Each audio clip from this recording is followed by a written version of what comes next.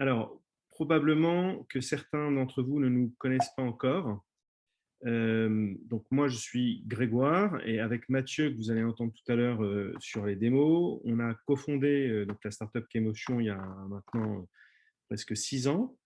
Dans notre startup, on développe une solution de reconnaissance des émotions et d'analyse sémantique.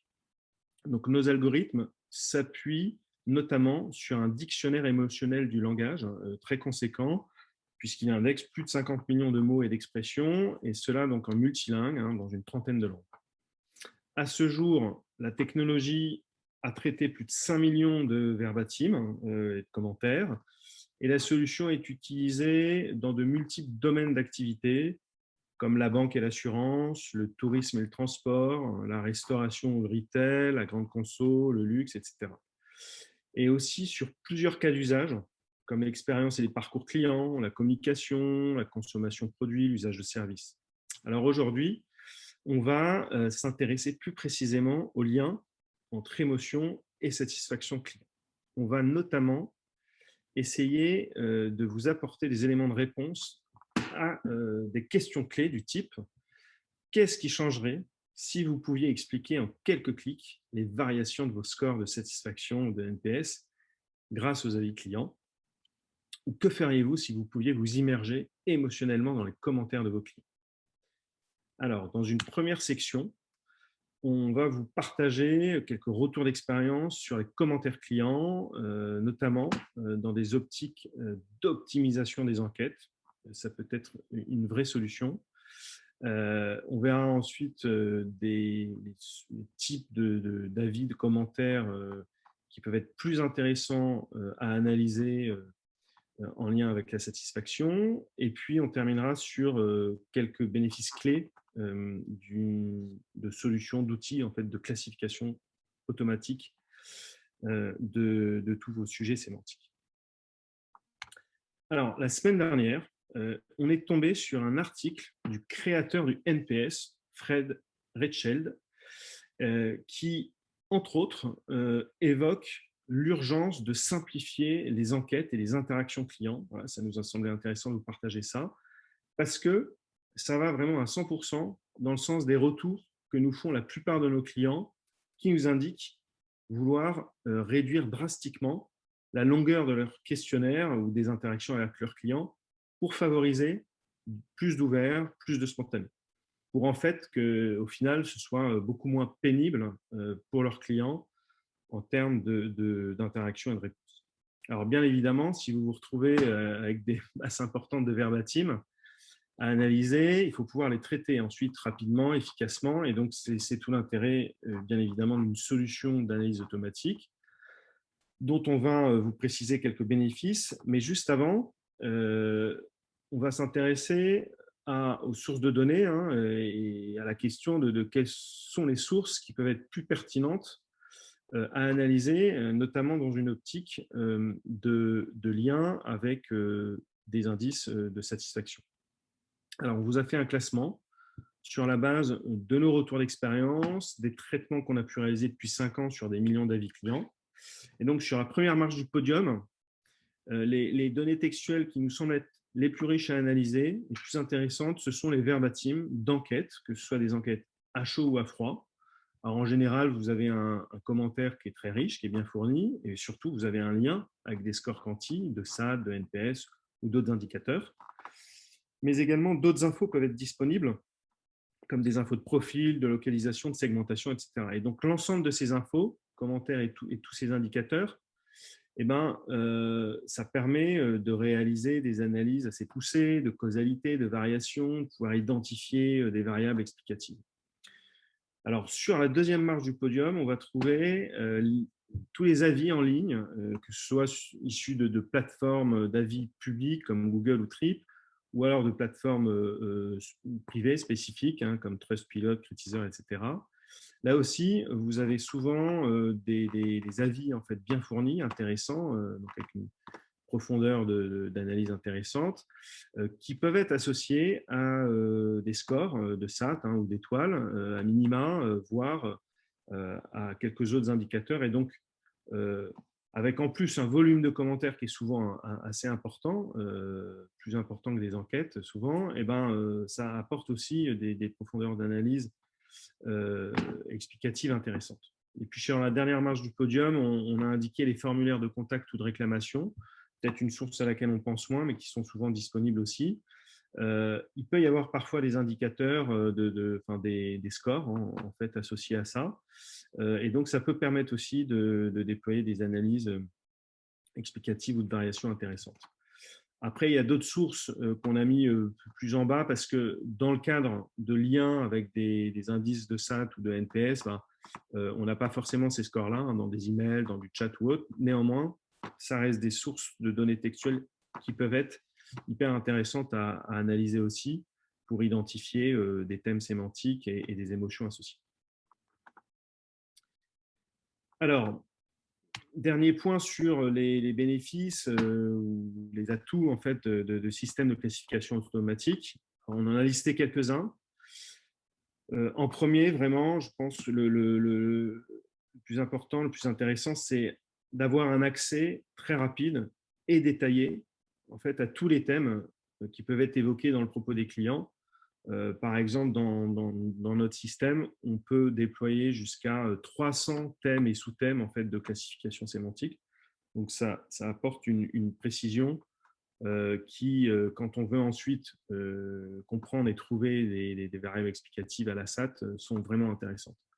Après, vous avez, avec un outil, une objectivité, une rigueur dans le classement qui est très forte, qui peut permettre en fait, de pallier à des biais humains d'interprétation, bien évidemment. Et puis, un outil, il peut permettre de traiter la totalité, en fait, 100% des verbatims, pas juste un échantillon. Et donc ça, vraiment, quel que soit le volume, donc c'est aussi un gain de temps sur de gros volumes et une exhaustivité. Par exemple, je pense à une banque qui utilise notre solution ou un acteur de l'hôtellerie, ils vont cumuler plusieurs sources de l'enquête, des avis online, du chat, par exemple. Donc, au final, ça fait des volumes qui peuvent être conséquents et fréquents. L'outil automatique peut tout traiter et rapidement. Et puis, aujourd'hui, on a des niveaux de fiabilité qui peuvent être très élevés, soit parce qu'il y a une expertise sectorielle, soit parce qu'il y a une courbe d'apprentissage. Et donc, rapidement, avec l'ensemble des secteurs ou des clients qui utilisent la solution, on peut atteindre des niveaux d'au moins 90%, parfois même plus. Donc, c'est fiable. Alors, on a parlé de classification sémantique. C'est important aussi d'avoir le regard de la perception qualitative, en fait, du ressenti de l'individu sur les thèmes qu'il évoque. Et donc, c'est tout l'enjeu de pouvoir capter et mesurer, en fait, dans le propos, les émotions qui émergent. Je vais vous détailler dans cette partie d'abord quelques indicateurs importants à connaître parce que vous allez les retrouver dans toutes les démos sur lesquelles Mathieu va enchaîner pour vous montrer en fait des niveaux de corrélation, comment prioriser, trouver des irritants, identifier des points d'enchaînement. Alors, le premier indicateur que vous allez retrouver dans ces démos, c'est un indicateur, un indice émotionnel qu'on représente, donc celui que vous avez à gauche, 21 degrés, qu'on représente sous forme de température émotionnelle. C'est très simple. Plus c'est chaud, donc plus on est dans le haut du thermomètre, à 30 ou 40 degrés, on a une échelle qui va de moins 20 à 40, donc plus c'est chaud, plus c'est chaleureux, donc on va être dans des commentaires à dominance de joie ou de surprise positive. Et à l'inverse, plus c'est froid, plus ce sont des émotions dites négatives qui vont dominer, comme la tristesse, la colère ou le dégoût. Et l'intérêt majeur de cet indicateur, c'est de pouvoir le calculer sur chaque thème sémantique, chaque étape du parcours, chaque sujet en fait, et de manière à pouvoir identifier en un clin d'œil ce qui est mieux ressenti ou moins bien ressenti, donc là où il faut porter les priorités d'action, par exemple. Ensuite, on peut calculer en fait des indices d'intensité émotionnelle issus du propos. C'est-à-dire que pour une même tonalité, pour un même registre de joie, par exemple, il peut y avoir des intensités dans le propos exprimé de niveaux différents. Par exemple, ça peut être lié juste au mot. Si vous dites c'est cool ou c'est magnifique, le mot lui-même contient une intensité, une force un petit peu différente.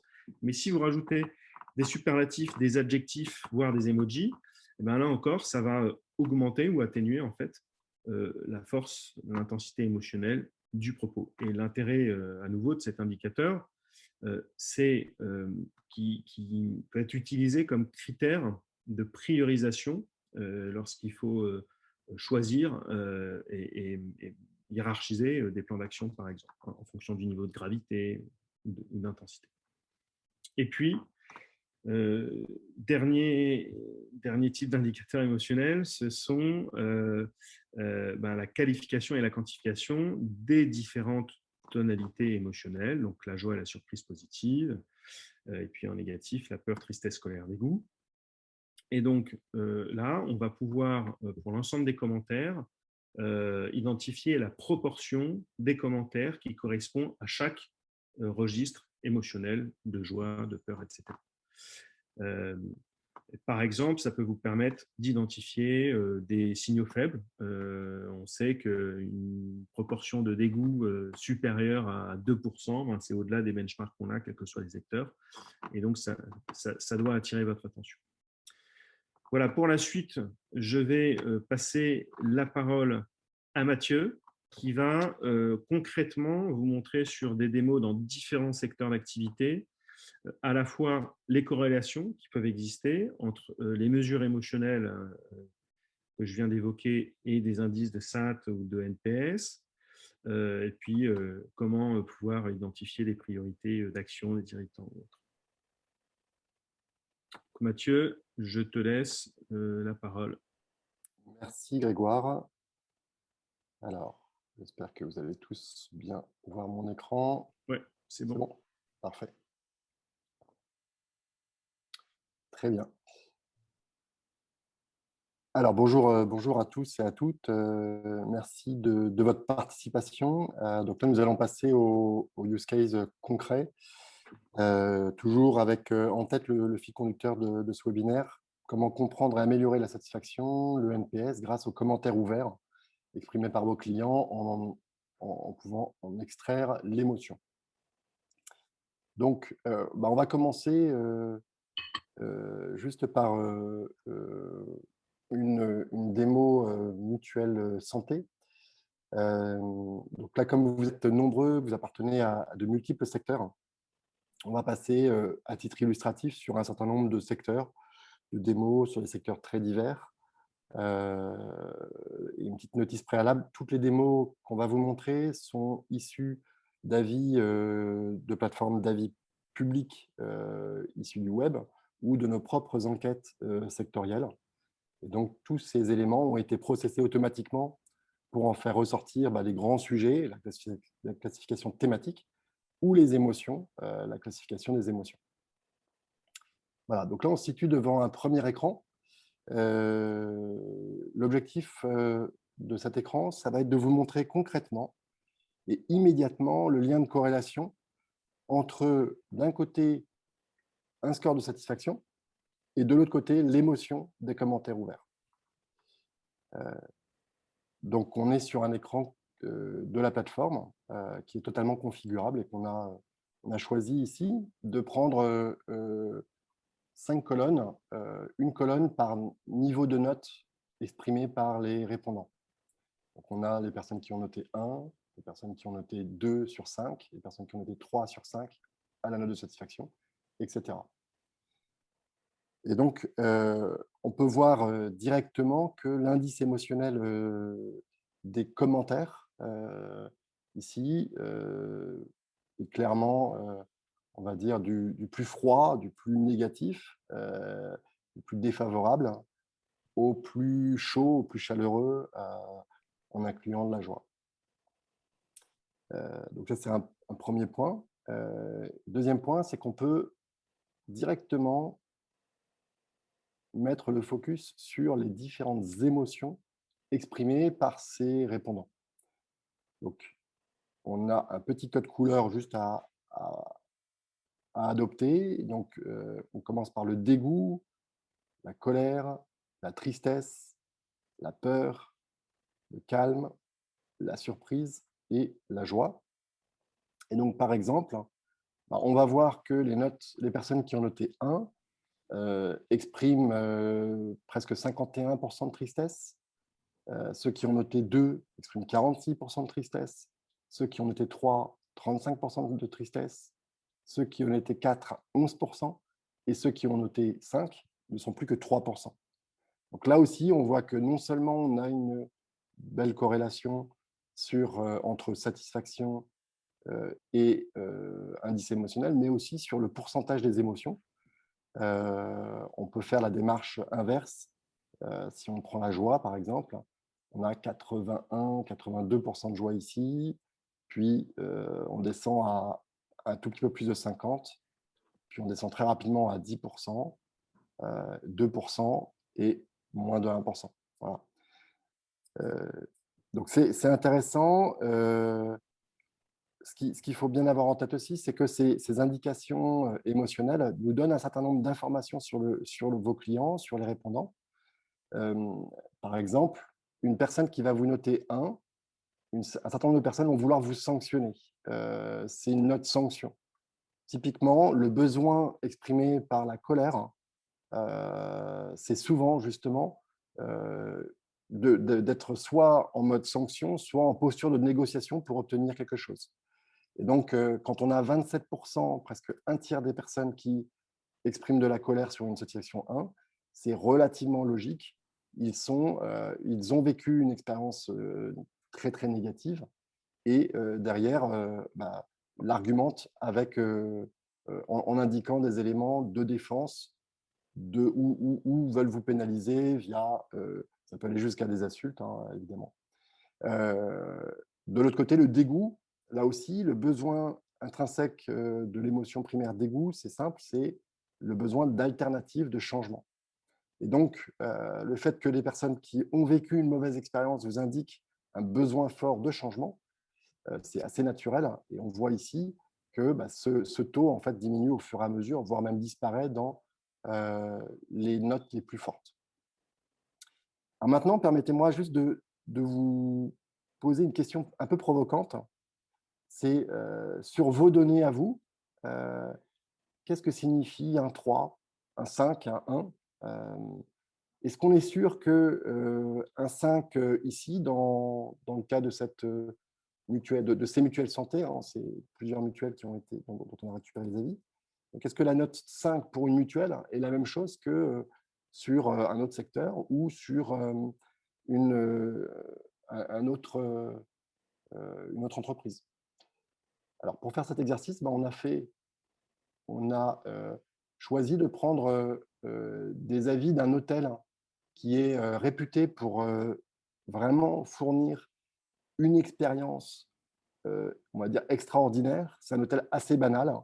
On va dire, les bâtiments sont assez banals et ils fournissent une expérience inoubliable. Par exemple, ils donnent des glaces gratuites directement aux clients à leur arrivée. Et donc, on est dans de la très haute satisfaction. On le voit ici, par exemple, avec le nombre de mentions dans la satisfaction 5. Donc, on observe toujours cette belle corrélation, c'est-à-dire cette progression dans les émotions. Mais vous voyez ici, sur typiquement un hôtel, on va dire, qui fournit une prestation de très grande satisfaction, eh bien, on voit que la note 3 n'a pas tout à fait la même signification pour ces clients. On est à 63% de joie, contre, si je reviens ici, on était à 10% de joie. Donc, on voit bien qu'on a une interprétation pour le client d'un 3 qui n'est pas tout à fait la même chose. Et ça, on arrive à le percevoir grâce aux commentaires. Ce qui signifie que la grille de notation peut être un petit peu trompeuse. On n'est pas sur une note absolue et qu'une note peut-être a une valeur par secteur, par entreprise, voire va vraiment dépendre même de la question que vous posez. Donc, tout va dépendre aussi du niveau d'attente du client.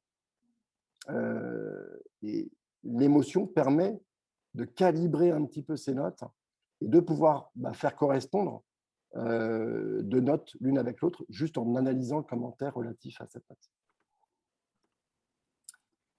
Voilà. Alors, le travail qu'on a fait ici sur la satisfaction, c'est très, très simple de faire la même chose sur la recommandation.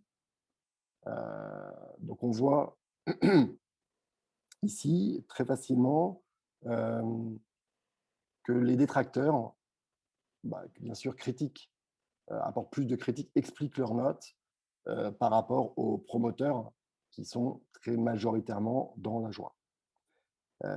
Alors ici, typiquement, on a deux éléments, deux informations assez intéressantes. Donc, la première, c'est l'ambivalence qui peut exister entre les deux, ce qui veut dire que l'indicateur est quand même assez intéressant et bien formé. Ici, on voit bien qu'on a, par exemple, 25% entre joie et surprise, on a à peu près 25%. Et puis, quand on regarde les promoteurs, on a 75%. Donc, c'est intéressant de voir qu'on a une forme d'antagonisme dans la note et on pourrait faire la même chose en sommant toutes les émotions négatives. On va retrouver cette ambivalence. La deuxième chose qui est aussi intéressante sur cette vision, c'est de pouvoir directement évaluer comment sont vos neutres. La question qui se pose ici, c'est la note, on sait qu'elle est relative, elle ne veut pas forcément dire grand-chose. Donc, est-ce que ces neutres ici sont très, très loin d'un statut de promoteur ou est-ce qu'au contraire, ils sont plutôt assez proches et donc faciles à convertir, sachant que si ces neutres demain se mènent à promouvoir votre marque, on a un effet de levier assez intéressant. Donc ici, par exemple, avec l'indice émotionnel ou avec les émotions, on voit très très bien qu'il y a un gros travail à faire. On est beaucoup plus proche des détracteurs, on est à 13 degrés contre 10 et on doit passer la marche à 28 degrés. Donc, on voit tout de suite que la marche est assez haute et que les enjeux, là aussi en nombre de mentions, sont sans doute comment convertir les neutres, comment arriver à pouvoir passer sur cette recommandation. Donc, en conclusion, on a pu voir le lien entre la satisfaction et l'émotion, on a pu voir le lien entre le NPS et l'émotion. Ça veut dire à la fois que vos clients sont logiques, ils sont cohérents à 95%, ils expliquent bien ce qui les a poussés à donner une note négative ou à ne pas recommander, à exprimer le fait qu'ils ne vont pas recommander. Et en même temps, ce qui est intéressant, c'est qu'on voit que maintenant, la machine est capable de détecter les émotions. On voit finalement qu'on a des définitions précises des émotions et qu'on peut bien retrouver derrière des éléments intéressants pour analyse. Dernier point, le constat qu'on a fait là, on l'a vu sur 3 secteurs. Bien sûr, il n'est pas spécifique à un secteur. De notre côté, on l'a vraiment observé sur l'ensemble des enquêtes qu'on a traitées. Il n'y a pas de spécificité secteur par rapport à cette corrélation. Et de la même manière, les limites d'une notation, on l'a aussi observé largement. Alors, là, on était passé sur une démo transport aérien. Donc, on va rester sur ce secteur. Maintenant, je vais vous demander de vous imaginer pendant quelques secondes à la tête d'un département voix du client, expérience client, chez Air France ou chez Lufthansa, en fonction de votre préférence et de votre casquette pour le match de ce soir, par exemple. Et on va se poser la question, comment diminuer le nombre d'insatisfaits. D'accord ? Imaginez-vous, on vous demande comment diminuer le taux d'insatisfaits sur votre société. Alors, la première démarche qu'on peut faire, qui est naturelle, c'est de se dire, je vais les écouter, ces insatisfaits. Je vais écouter ce qu'ils me disent, quels sont les sujets qu'ils évoquent.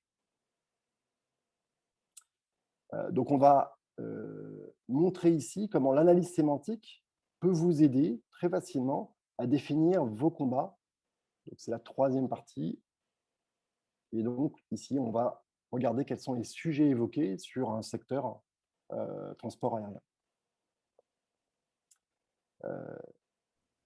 Donc là, on a fait un zoom sur les notes 1, 2, 3, 4, et puis on a ici tous les sujets évoqués par les clients avec le nombre de commentaires exprimés sur la période qu'on a choisie. Donc, qu'est-ce qu'on observe? On observe que le confort à bord semble le premier critère pour les insatisfaits. Ensuite, il y a le problème des files d'attente, on va dire de l'embarquement et des files d'attente à l'embarquement essentiellement, et peut-être à la montée dans l'avion. Et puis, il y a le sujet repas servi à bord, et puis la qualité des sièges à bord. Donc là, on a typiquement des sujets qui, a priori, concernent ou interrogent les insatisfaits. Et donc la question, c'est est-ce que ici j'ai trouvé les sujets à prioriser pour pouvoir améliorer ma satisfaction? Pour bien le voir, en fait, on va enlever ce filtre, on va interroger la base de l'ensemble des clients. Quand on fait ça, alors on a plus de sujets qui remontent évidemment. Qu'est-ce qu'on fait? On voit ici qu'en fait, le confort à bord est un sujet partagé entre les satisfaits et les insatisfaits. Que finalement, ce n'est pas un sujet qui est uniquement utilisé, qui est uniquement exprimé par les insatisfaits, mais c'est un sujet qui est général et qui est important, en effet. Mais donc, la question qu'on peut se poser, c'est est-ce que c'est ça qui va nous permettre d'avoir le plus d'impact? Puisque c'est quelque chose on a à la fois du bien, du bon et du mauvais dans ce sujet-là. Ce n'est pas forcément le sujet qui a le plus d'impact. Donc, on va repositionner, on va refaire le zoom en direct sur notre population d'insatisfaits. Je vais jusqu'au 4, par exemple, sur la note, pour avoir un tout petit peu de volume. Une échelle qui va jusqu'à 10. Sur une échelle qui va jusqu'à 10, bien sûr. Bien vu.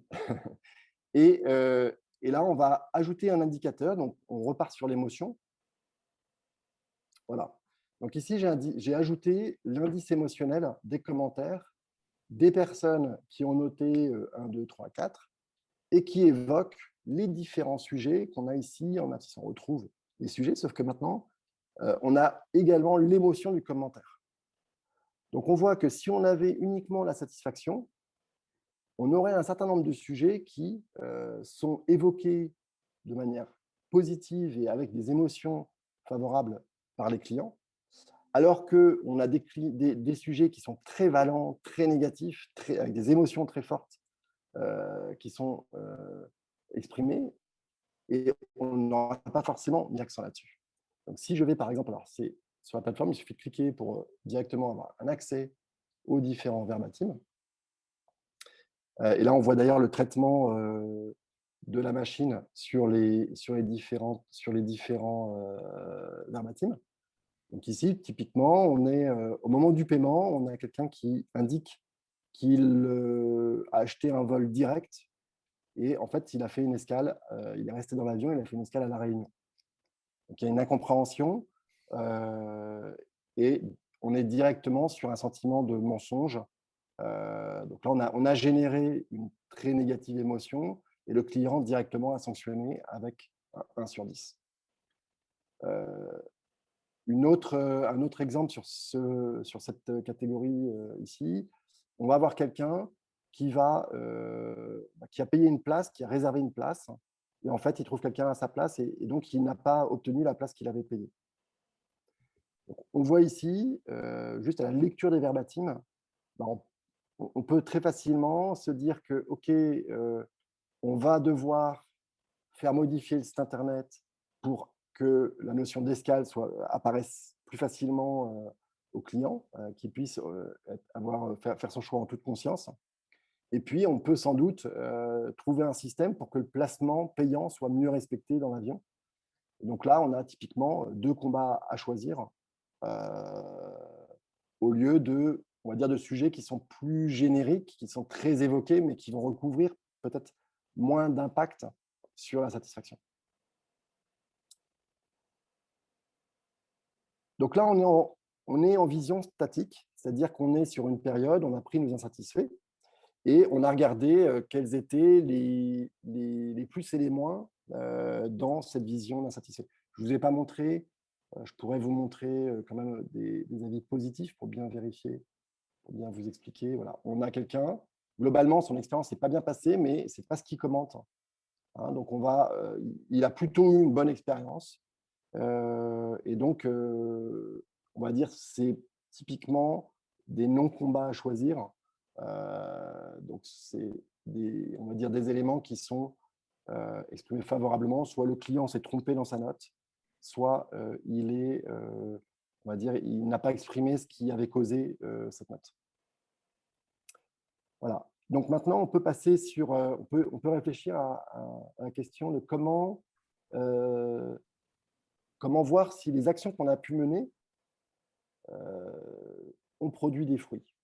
C'est-à-dire sur une vision dynamique, imaginons qu'on ait pu mettre en œuvre, par exemple, des transformations sur le site Internet pour notre escale à La Réunion. Je suis toujours directeur de l'expérience client de ma compagnie aérienne.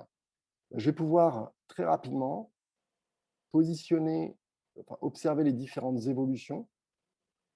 Et puis, ici, on va retrouver, je vais juste me positionner par rapport à un index croissant pour qu'on retrouve l'ordre qu'on avait tout à l'heure.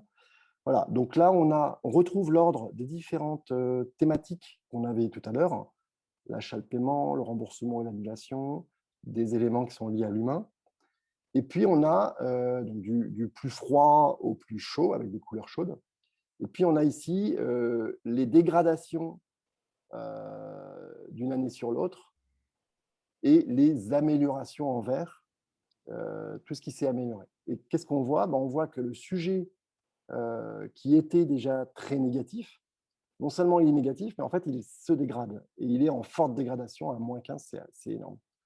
Donc là, on voit aussi, donc sur une vision dynamique, à la fois que ça peut vous aider à choisir vos combats, et en même temps qu'on peut observer directement si les actions qui ont été menées ont eu un impact ou pas pour nos clients. Voilà, donc là, on a pu justement voir ce sujet, définir ses combats. Maintenant, on va se positionner sur une autre problématique qui, elle aussi, travaille sur du dynamique. Mais imaginez qu'on vous pose la question, quelle est la variation, comment expliquer la variation de satisfaction d'un mois sur l'autre ou d'une année sur l'autre? Alors, pour faire ça, on a une page dédiée sur la plateforme. Et donc ici, on va retrouver un graphique qui nous permet de faire la matrice de passage de notre période, par exemple, de 2019 à la période de l'année 2020. Donc, on a le bilan à faire, on doit expliquer le passage, alors soit d'une note de satisfaction, soit de l'indice émotionnel, comme on le souhaite. Donc ici, typiquement, on a un indice émotionnel à 14, presque 15 degrés, et on passe l'année suivante à 11 degrés, ce qu'on voit ici en bleu. Donc toute la question, c'est comment pouvoir très facilement expliquer les causes de cette évolution, qui est assez importante, et comment aussi pouvoir quand même bien dissocier les effets positifs dans les efforts qui ont été faits sur l'année, parce que c'est très important de récompenser les différents opérationnels qui ont pu mettre en œuvre des actions et avancer, et puis communiquer aussi sur des points positifs, et en même temps pouvoir alerter sur des points négatifs. Alors ici, typiquement, qu'est-ce qu'on voit? On voit, alors juste un petit point, on est sur une période Covid, donc c'est très intéressant de voir qu'il y a plus d'utilisation de la banque en ligne et que l'impact il y a eu des améliorations faites sur la banque en ligne, ce qui fait que ça va générer plus 1 degré d'indice émotionnel sur la variation de -3, -4 à peu près. On est passé sur une démo bancaire, en fait. Ah oui, on est passé sur une démo bancaire, excusez-moi. Donc là, on se situe maintenant sur une démo dans le secteur bancaire. Donc, on est sur une démo dans le secteur bancaire. On trouvait intéressant de vous montrer justement l'impact du Covid sur les résultats dans ce secteur-là particulièrement.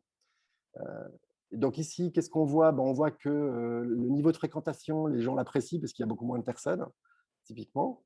En revanche, dans les points les plus négatifs sur lesquels l'entreprise va devoir travailler, On a la difficulté d'avoir une entrée en relation, c'est-à-dire que le niveau d'accueil, clairement, s'est dégradé selon les clients. Et puis, on ne peut pas serrer la main à la fin de l'entretien financement. Donc là, c'était ça qui remontait ici. Donc la dernière impression, c'était une catégorie de la dernière impression, bah, elle était en forte dégradation. Voilà. Donc là, on voit très facilement qu'est-ce qui a généré cette évolution et on peut en même temps pouvoir expliquer cette évolution. Alors, on pourrait même aller plus loin, on pourrait détailler les effets volume, les effets tonalité, etc. C'est des choses, si vous êtes intéressé pour en savoir plus, il nous manque un peu de temps. Donc, n'hésitez pas à nous mentionner dans le formulaire qu'on va vous envoyer, hein, des 2 questions, juste pour qu'on puisse revenir vers vous et puis vous montrer tout ça ou vous donner un accès démo. Dernier sujet, qui est également est à l'ordre du jour pour quelqu'un qui va être directeur de l'expérience client d'un réseau bancaire, c'est comment je fais pour gérer en fait mes différents points, mes différentes agences, mes différents magasins, par exemple.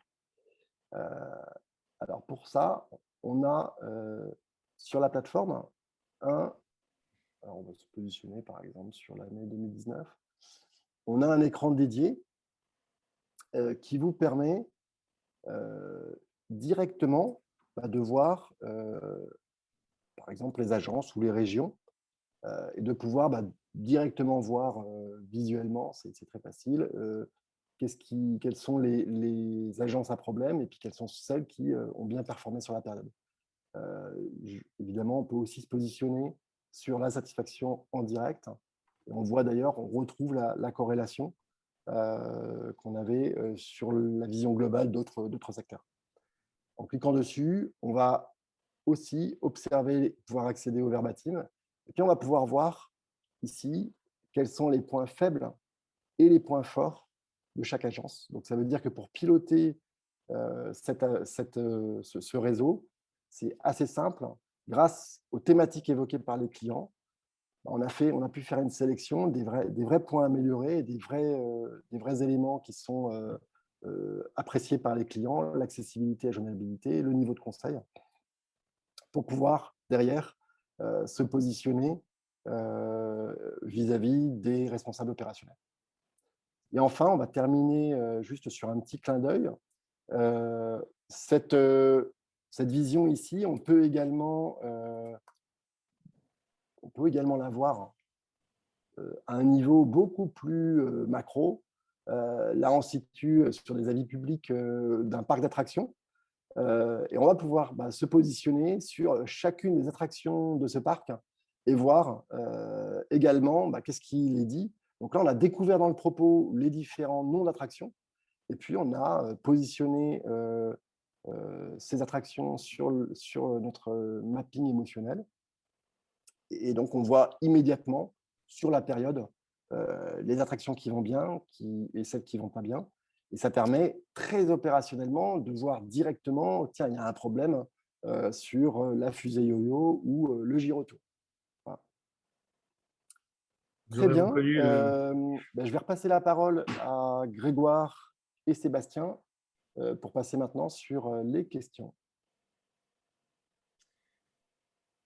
Ouais. Alors, il y a beaucoup de questions. Merci, merci à tous ceux qui ont posé des questions, à votre patience pour y répondre. Tu as fait un ordre particulier, Sébastien, ou on les prend une Je par une? pensais les prendre dans l'ordre dans lequel elles ont été posées. On a tout d'abord une question qui rejoint une question qu'on nous a posée au préalable à l'inscription du webinaire. C'était en ce qui concerne la fiabilité. Donc, Grégoire, tu as parlé de la fiabilité, de l'analyse émotionnelle. Et donc, est-ce qu'on peut en savoir plus sur la fiabilité et comment elle est mesurée? Oui. Je pense qu'il y a à la fois la fiabilité de la classification sémantique et sans doute aussi de la mesure des émotions. Tu veux répondre sur la classification sémantique? Oui, alors comment on mesure la fiabilité? Tout simplement en vérifiant que dans les thèmes de classification, que les verbatims qui sont classés correspondent bien au thème. Donc, ça se fait à la fois via de l'échantillonnage avec du check humain et à la fois aussi via la machine qui, avec des indices de confiance, en fait, identifie des verbatims potentiellement mal classés qu'on vérifie ensuite. Donc, exactement. Ce qui est important, c'est de voir que le contrôle en fait, qualité se fait sur la base complètement à l'aveugle. C'est-à-dire qu'on va demander à un humain de lire le verbatim, il a toutes les thématiques, et donc de vérifier et d'indiquer sur ce verbatim-là quelles sont les émotions qu'il va donner, voilà, spontanément, qu'est-ce qu'il donnerait comme émotion. Et donc, c'est ça qui nous permet de voir les différences et de pouvoir voir si jamais on est en erreur ou pas. C'est aussi un autre point à voir, c'est que c'est des choses sur l'aspect thématique et émotionnel qui évidemment peuvent aussi être définies en lien avec les clients. C'est-à-dire qu'il peut y avoir un recettage qui est fait en tout départ dans le setup pour bien prendre en compte les spécificités dans le propos client. Je peux vous donner un exemple. Si on a le mot sinistre, typiquement, le mot sinistre dans le monde de l'assurance n'est pas vraiment émotionnel, alors qu'il peut l'être sur d'autres secteurs. Si je suis dans le retail ou dans le monde bancaire, un sinistre va être beaucoup plus grave et avoir une émotion beaucoup plus forte. Donc, typiquement, ces variations-là peuvent être ajustées en fonction du secteur pour chaque client. Comme le mot vol, on a vu une démo transport le mot vol, bien sûr. Bancaire, voilà. Exactement. Émotionnel. Tout à fait. Alors, deuxième question, comment mesurer concrètement la température émotionnelle sur un avis écrit? Comment détecter le sarcasme et l'ironie? Alors, c'est deux questions bien séparées. La première question, donc, comment mesurer concrètement la température émotionnelle sur un avis? Tout simplement en regardant, en travaillant par phrase. On va même nous être sur des sections de phrases. Et on va regarder l'intensité émotionnelle des mots et des expressions qui ont été employés. Donc, si un client vous écrit un verbatim, on va vraiment prendre en compte tous les marqueurs d'intensité du propos. S'il écrit des superlatifs, s'il écrit en majuscules, s'il écrit des emojis, s'il inverse, il y a une tournure inversée, s'il insiste, il y a des marques d'insistance dans le propos, etc., etc. S'il indique des mots comme « pour conclure, vous êtes vraiment pas au niveau », cette partie-là va vraiment être beaucoup plus importante. Il va avoir des pondérations majorées pour indiquer quelle est l'émotion principale du commentaire. Et, ça. Et ensuite, une fois qu'on a défini l'émotion, en fonction de l'intensité du propos, de tous ces marqueurs, on va définir la température. Donc, par exemple, si on est sur de la joie, nous, on va positionner de 30 à 40 degrés. S'il est dans une joie hyper intense, on est sur le 40. Si on est sur une joie, on va dire le niveau basique de joie ou une joie faible, on va être sur du 30 degrés.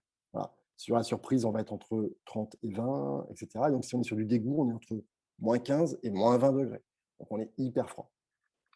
Et c'est quand on fait la moyenne, on obtient la température du dataset qu'on a. Au sein d'un même avis, ouais. en fait, ou d'un verbatim qui peut être assez long, l'analyse se fait phrase à phrase. Vous l'aviez peut-être déjà vu là dans les exemples.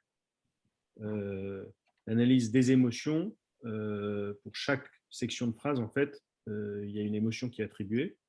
Et donc après, globalement, sur l'ensemble du verbatim, il y a la moyenne émotionnelle globale qui est calculée à travers l'indice émotionnel. Il y a les deux niveaux.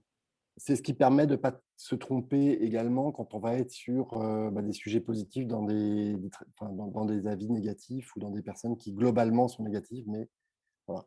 Juste un petit point, on n'utilise jamais la note de satisfaction, puisqu'on peut traiter aussi des emails et des chats. Donc, de notre côté, on est totalement à l'aveugle sur l'outil pour qualifier ces éléments. Alors, une autre question, la surprise est-elle toujours considérée comme positive? Alors là, nous, on a privilégié par rapport à la théorie donc de M. Ekman, qui a défini les émotions dites primaires, qui sont donc partagées de manière assez universelle. On a privilégié le fait, l'actionnabilité en entreprise, c'est-à-dire qu'on s'est indiqué que la surprise est positive quand on va la remonter de notre côté. Si on est sur la surprise négative, C'est-à-dire, si je suis surpris négativement par mon expérience, on va être sur de la tristesse-déception de l'autre côté. Voilà. Et donc, c'est calibré en bleu, comme on l'a vu tout à l'heure. Voilà. L'idée étant également qu'on cherche à utiliser l'émotion pour la satisfaction. Donc, on va chercher à accroître la corrélation avec cet indice émotionnel. C'est pour ça qu'on a mis dans cet ordre-là les émotions et qu'ils ont cet impact sur l'indice. Voilà. Qu'est-ce Alors, cette ouais. question elle a été posée lorsqu'on présentait en fait au début les corrélations avec les roues des émotions et les niveaux de SAT ou de NPS. Et donc, je pense qu'elle a été posée sur le premier exemple. Est-ce qu'on peut partir du principe dans notre exemple qu'une note de 3 sur 5 n'est pas satisfaisante au regard des émotions perçues, hein, c'est très bonne question. Effectivement, dans l'exemple sur la mutuelle, on avait sur la note de 3 sur 5 une palette des émotions qui était majoritairement sur des émotions négatives. Mais quand on a vu l'exemple suivant sur l'hôtel, c'était l'inverse. Donc, c'est vraiment à relativiser. Et selon les cas de figure, c'est exactement ça. Ce n'est pas absolu le 3 sur 5. Ça peut être plutôt mieux vécu, mieux ressenti, en fait, ou moins bien. Voilà, selon les sujets.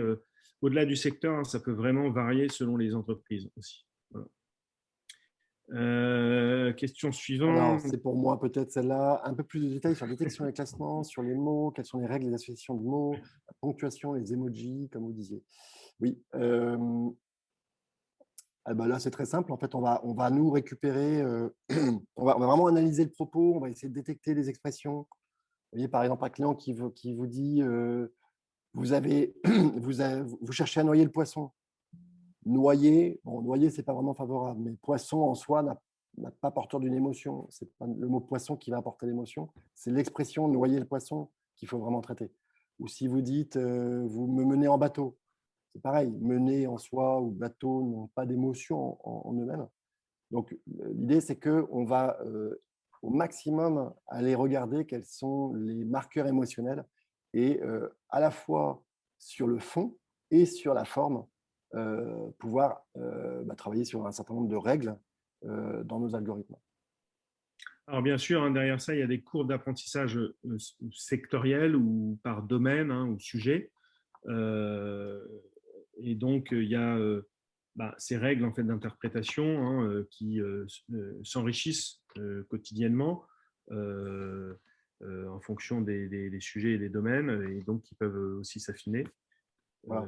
Et on a, donc ce qu'il faut aussi avoir en tête, c'est qu'on a un dictionnaire émotionnel qui permet justement de prendre des millions d'expressions et de pouvoir les intégrer, de bien pouvoir les comprendre, de donner un poids à chacune de ces expressions, en partant toujours du fait qu'on se base au départ sur les normes du langage qui ont été définies en psychologie cognitive. Les normes ENU, par exemple, Affective Norms sur English Words, ou les normes, en français, c'est les normes FAN. Voilà, c'est des normes qui ont été définies, qui ne sont pas aussi larges que la totalité du vocabulaire. Et donc, ça a nécessité évidemment un gros enrichissement.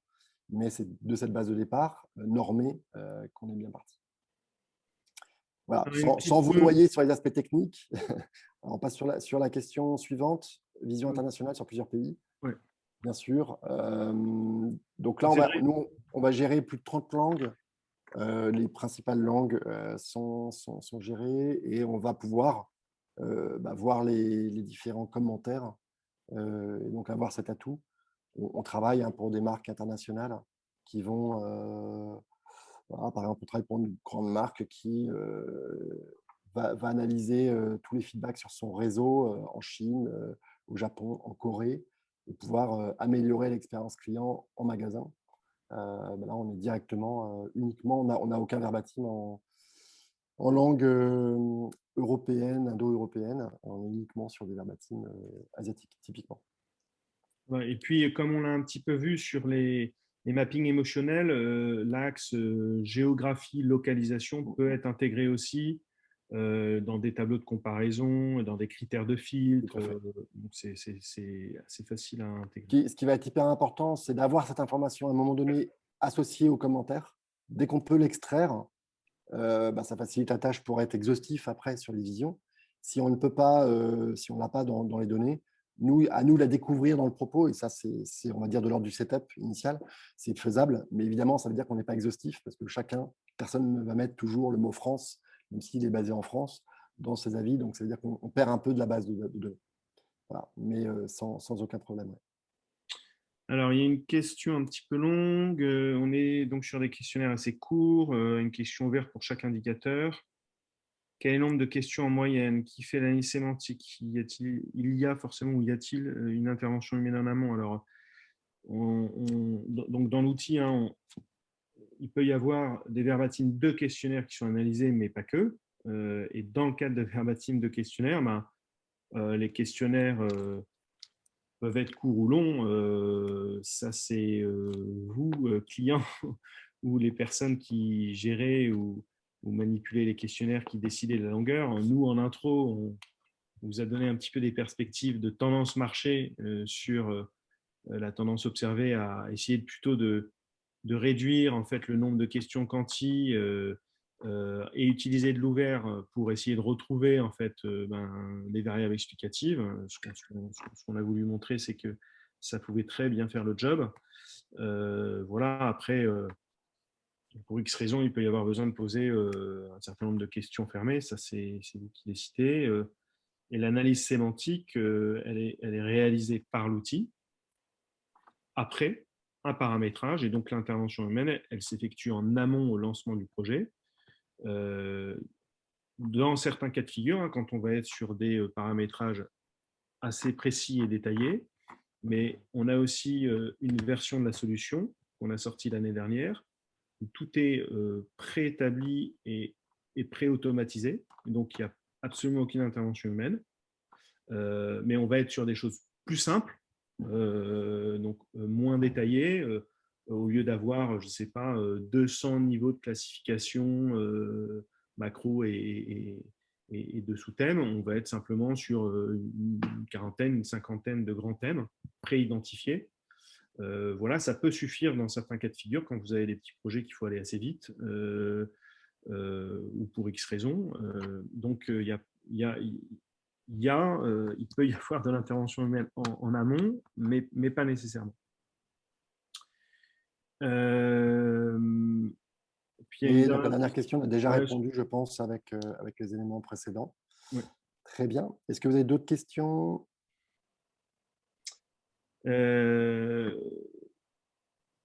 En tout cas, vous étiez nombreux. Hein. C'est nous, c'est une petite dizaine de webinaires qu'on anime là depuis l'an dernier et le Covid. On est passé en mode distanciel et bien, on était heureux de tous vous accueillir. J'espère que ça vous aura intéressé. On a hâte de lire vos commentaires.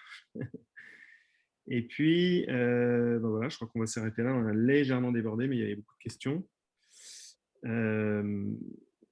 N'hésitez pas à interagir avec nous par la suite. Hein, si vous souhaitez plus d'infos, plus de précisions, accéder à des démos de votre choix sur des secteurs. Et puis très bon match ce soir. Et très bonne semaine à tous. Merci beaucoup. Merci.